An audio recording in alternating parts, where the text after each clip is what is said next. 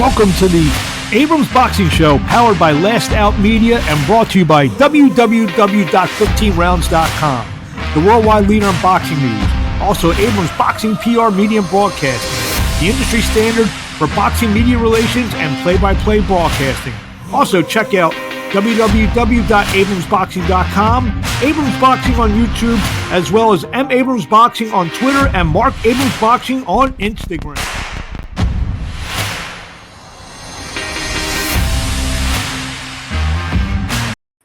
Hello out there. This is Marc Abrams, the Abrams Boxing Show, another week. So we're still doing, we're redoing our studio. So we're going to be redoing our studio, redoing the theme song. So we're a little makeshift area right now. So just mind our appearance for the next couple weeks. We got a couple good guests for you. Emiliano Vargas will be joining us, and undefeated DJ Zamora will also be joining us. Interviews I did a couple weeks ago while I was out in Las Vegas covering Gervonta Davis and Ryan Garcia. Let's kick it off. Guadalajara, Mexico was the scene. 55,000 people saw Canelo Alvarez retain the undisputed super middleweight world championship with a 12-round unanimous decision over John Ryder. Scores are 120 to 107, 118, 109 twice for Alvarez, who's 59-2-2. Ryder falls to 32-6. Decent performance for Alvarez, not great.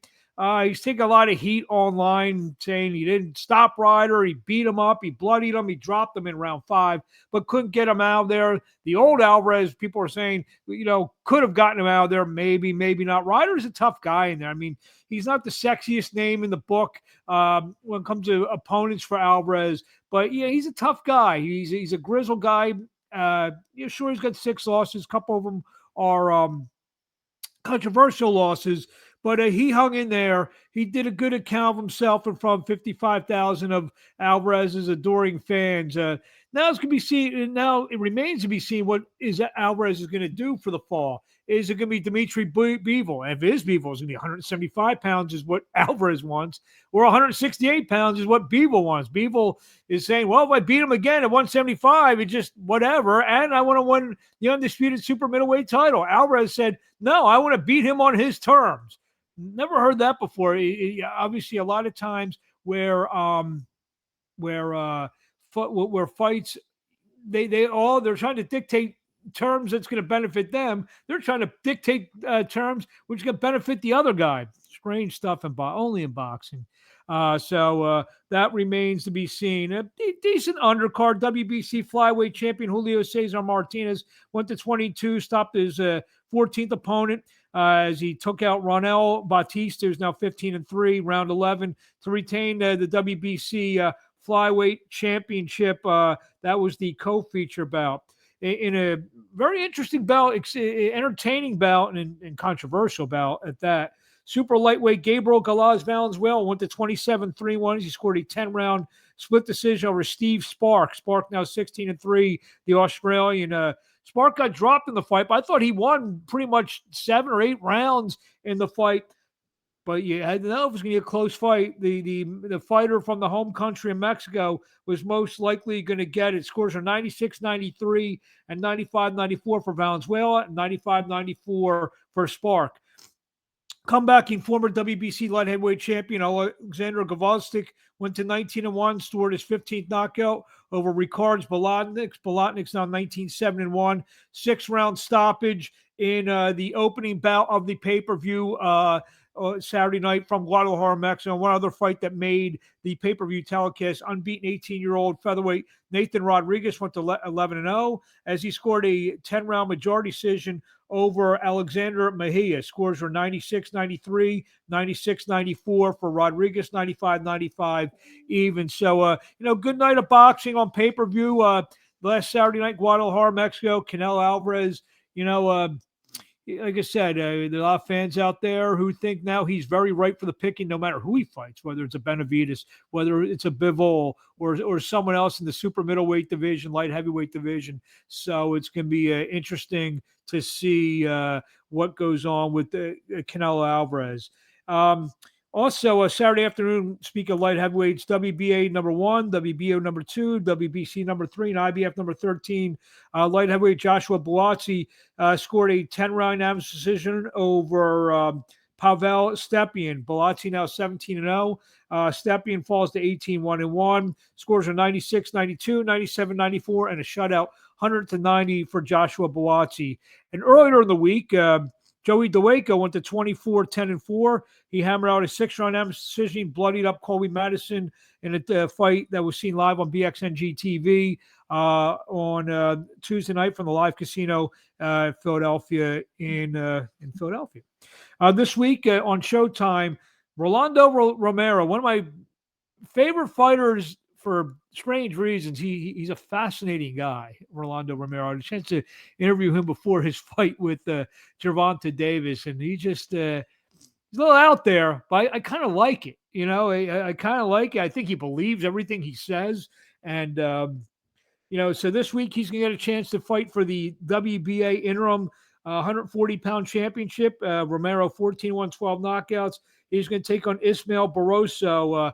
The title became available, we'll say, after Albert Puello, the champion, tested positive for a banned substance. I think they're still trying to test B samples. So right now, Puello is the champion of recess that will headline a Showtime card Saturday night. The undercard features a super lightweight action. Two-division world champion Rancis Barthelemy, 29-2-1, faces Omar Juarez, 14-1, 5 knockouts. And Batir Akhmedov, 9-2, 8 knockouts, takes on Kenneth Sims Jr., 19-2, 7 knockouts. Saturday night on ESPN, it's a world championship doubleheader where undefeated WBO middleweight champion Yanibek Alamkhanallah, 13-0, 8 knockouts. The Kazakh style Tate will defend his title against Canadian Stephen Butler, 32-3-1, 26 knockouts. That will take place at the Stockton Arena in Stockton, California. The co-feature will also be a world title fight for the vacant WBO Bantamweight Championship. Jason Maloney, 25-2, 19 knockouts. He will take on big punching Vincent Astrolabio, 19-3, 13 knockouts. Astrolabio defeated Guillermo Rigondeaux, basically that helped catapulted him to this title opportunity. When I was at the Top Rank Gym a couple weeks ago, I had a chance to talk to a couple good young fighters. Actually, one at the Top Rank Gym and one in the media room. First up is going to be Emiliano Vargas, the son of Fernando Vargas, recently signed by Top Rank. He'll be on the May 20th Devin Haney, Vasily Lomachenko card. And this one, young Emiliano Vargas had this. Here we are with, let me make sure it's on. Sorry about that. Emiliano Vargas just added to the card May 20th. Big night of boxing. What are your thoughts? You're a month out. No, well, I'm excited to put on another performance. Top Rank is an amazing promotional company. They're keeping me very busy. I'm looking to get in there and make a lot of noise. And, prospect of the year, 2023 is on my mind. I know you and your dad, your brothers, before you signed with Top Rank, you were fighting on different cards. What's it mean to you? Because I know from being around, I'm sure you know, when Top Rank signs you, they're not just signing you because your last name Vargas. They're signing you because they really believe you can really fight. No, yeah. Like I said, it's a blessing. Top Rank's had the best and the greatest champions in boxing history. You look down the line, and for them to, especially Bob Arum, to take the time and sit down and be willing to, conversate with me and looking to sign me is truly a blessing. And for them to keep me busy, because fighters get signed and they don't fight, and, they're giving me the opportunity. So I'm definitely not going to let it go to waste. You've been blowing guys out, and I'm sure you want to step up the competition, but you're still, an infant in terms of your career, 3-4 fights now. What, do you have a hard time kind of containing yourself, knowing that you have good people behind you who know what they're doing, including your father? Right. No, well, I'm just listening, to my father. He's been there everywhere I want to go. He's been there. So, we're just going to play fight by fight. And like I said, the more experience I have in the ring, the better. And hopefully down the line, I get to beat my dad's 21-year and 5-day middleweight, world championship. So that's the goal. That's the goal, no doubt. Well, I don't know if you've ever been asked, what's your favorite fighter, favorite fight that you watched of your father? I think Raul Marquez. Just the angles, the slickness, the shorts, everything was just the style. Everything was on point, and beautiful performance for my dad. And you ever say to yourself, especially some of the wars he was in, you say you want to be in one? You want to be in a couple of those at some point in your career? My dad says like this: we're not gonna have to show that you have balls until you have to show it. The day that hopefully it never comes. You know what I'm saying? But at the same time, we know, excuse my phrase, that we have balls. So it's going to show when we need to show it. So, and this is how it is. A lot of eyeballs are going to be on you on May the 20th.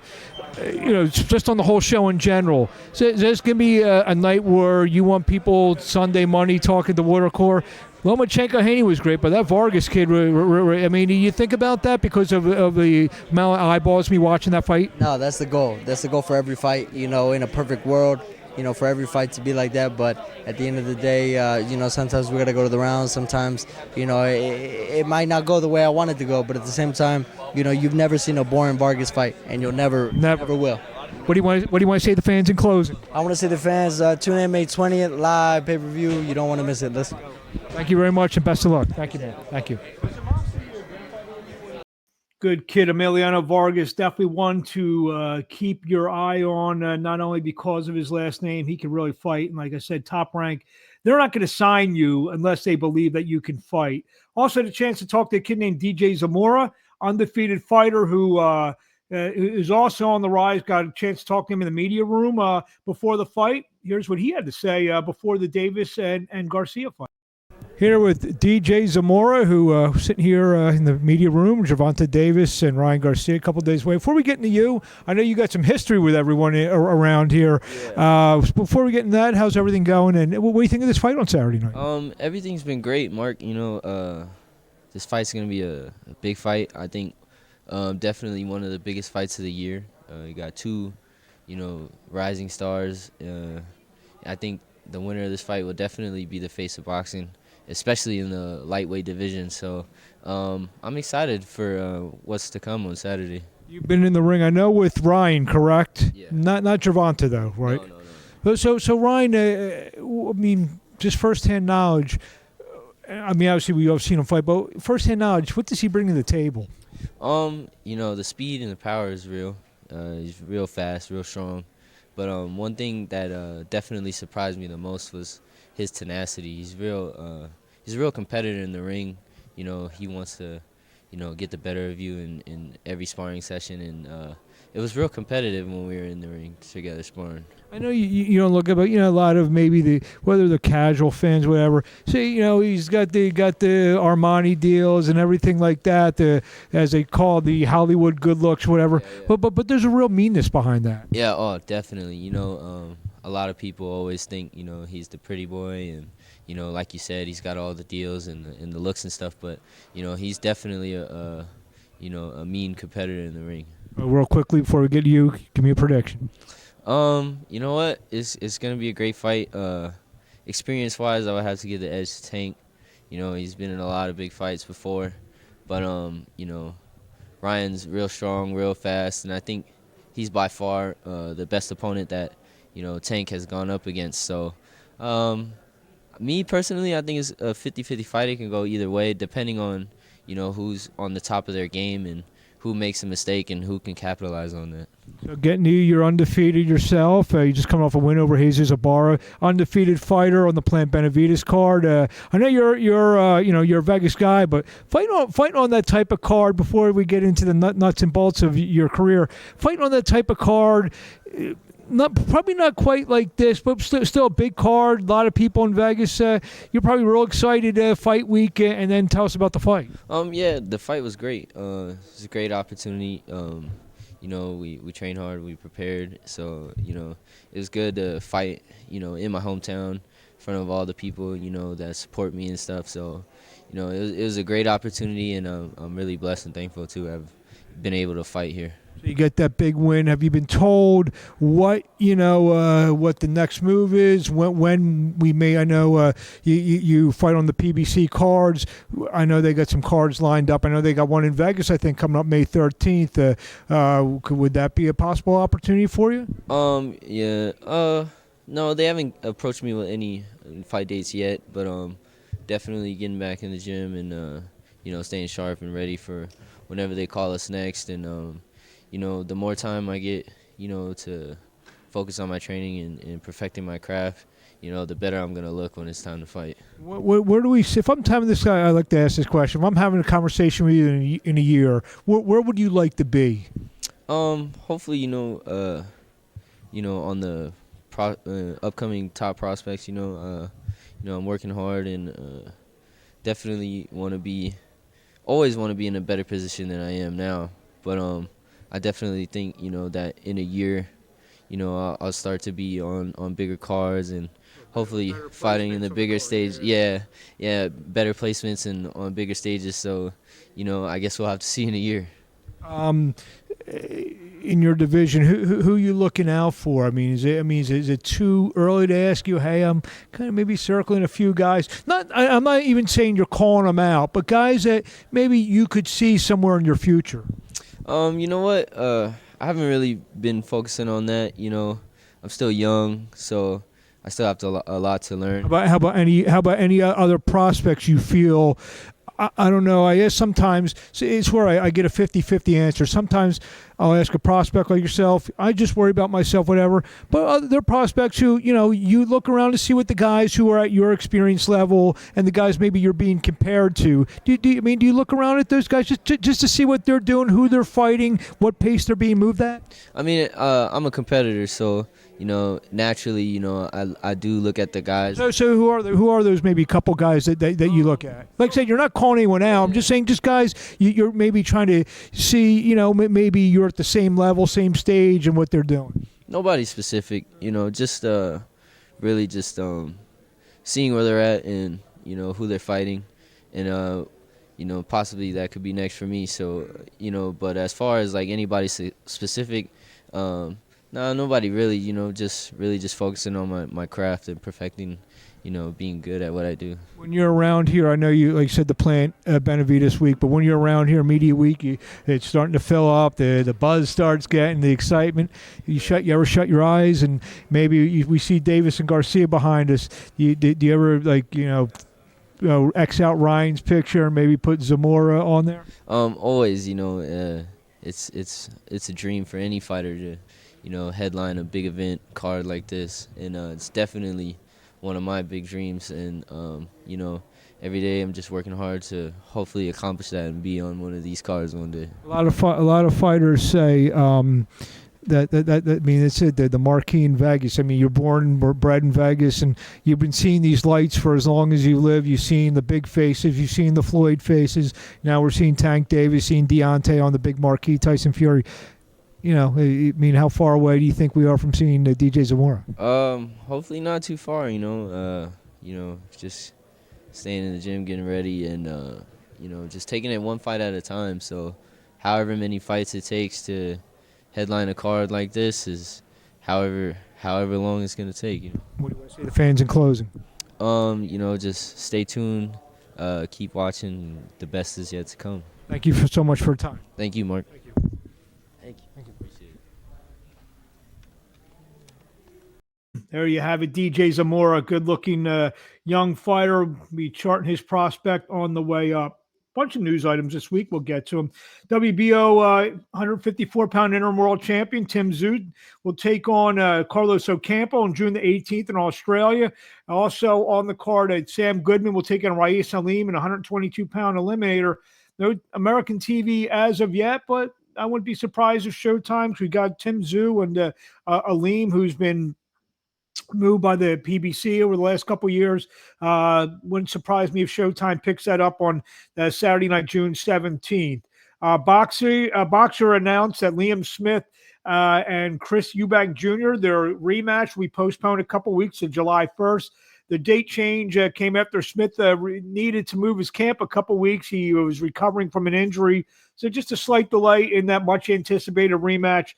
It would take place at the AO Arena in Manchester, England on July the 1st now. Heavyweight contender Zhang Zhili, who defeated Joe Joyce, scored the big upset, now has some options now as Joe Joyce accepted the rematch for the rematch clause. But Zhang Zhili is also on the short list to fight Tyson Fury maybe later this summer. So there may have to be some step-aside money paid to Joe Joyce, who, if he won that fight, it looked like he was getting that Tyson Fury fight. So that Zhili could fight Tyson Fury, or he's going to have to go right back into fighting Joe Joyce again. Amateur Cuban star Andy Cruz signed a long-term deal with Matchroom Boxing. That was announced at the Canelo Alvarez-John Ryder fight on the pay-per-view. Cruz won gold at the 2020 games in Tokyo in the lightweight division. He beat top-ranked Uber prospect Keyshawn Davis, and so another big coup for Eddie Hearn. And actually, on the same broadcast, Hearn announced that they signed WBC super lightweight champion Regis Prograis. We'll get right back into it. June 17th, live on the Zone. We'll take on the undefeated Australian Liam Paro, 23-0-14 knockouts. So that will be the first bout under the 3-fight agreement for Regis Prograis with Matchroom Boxing. WBA regular lightweight champion Gervonta Davis was sentenced to 90 days in home detention after pleading guilty to a 2020 hit-and-run incident that happened in Baltimore. Davis also must attend a Mothers Against Drunk Driving campaign and perform 200 hours of community service not related to boxing. Should serve 3 years of probation as well. So the 90-day sentence. Tank has to serve it in Baltimore because I know he's got a place down in Florida. He says, got to stay in Baltimore. Can't go down the luxury in Florida. So he was facing, about 7 years in jail. So, should see Tank Davis back, sometime later this year in the ring after he, as they say, pays his debt to society. The WBA, through its championship commission, granted a special waiver for Arislandi Lara to face Danny Garcia. Looks like August 5th at Barclays Center, not announced yet, but WBA middleweight championship of the world as Garcia looks to become a 3-division world champion. Manny Pacquiao was ordered to pay $5.1 million to after a Southern California jury ruled that Pac-Man breached his contract with Paradigm Sports Management in 2021. He's got to pay $3.3 million in advance and $1.8 million in damages. Finally, Jaime Munguia, 41-0, 32 knockouts, will take on Sergey Derevyanchenko, 14-4, 10 knockouts. That'll be a 12-round middleweight fight that will take place June the 10th. That will take at the Toyota Center in Ontario, California, and broadcast live on the Zone. I'd like to thank Emiliano Vargas and DJ Zamora for joining us this week. And said we got some good fights. Rolando Romero will have some great guests this week. I'm already working on some very interesting guests for next week. So until then, enjoy the fights. Again, Showtime this week. Rolando Romero take on Ismael Barroso. Undercard being Bartholomew against Juarez and Akhmedov against Sims. Plus ESPN's got the 2 world title fights. Yanabak Alam Kanala take on Stephen Butler, plus Jason Maloney and Vincent Astrolabio. So some real good fights this week, Saturday night, this week on Showtime and ESPN, respectively. Thank you, and we'll see you next week on the Abrams Boxing Show.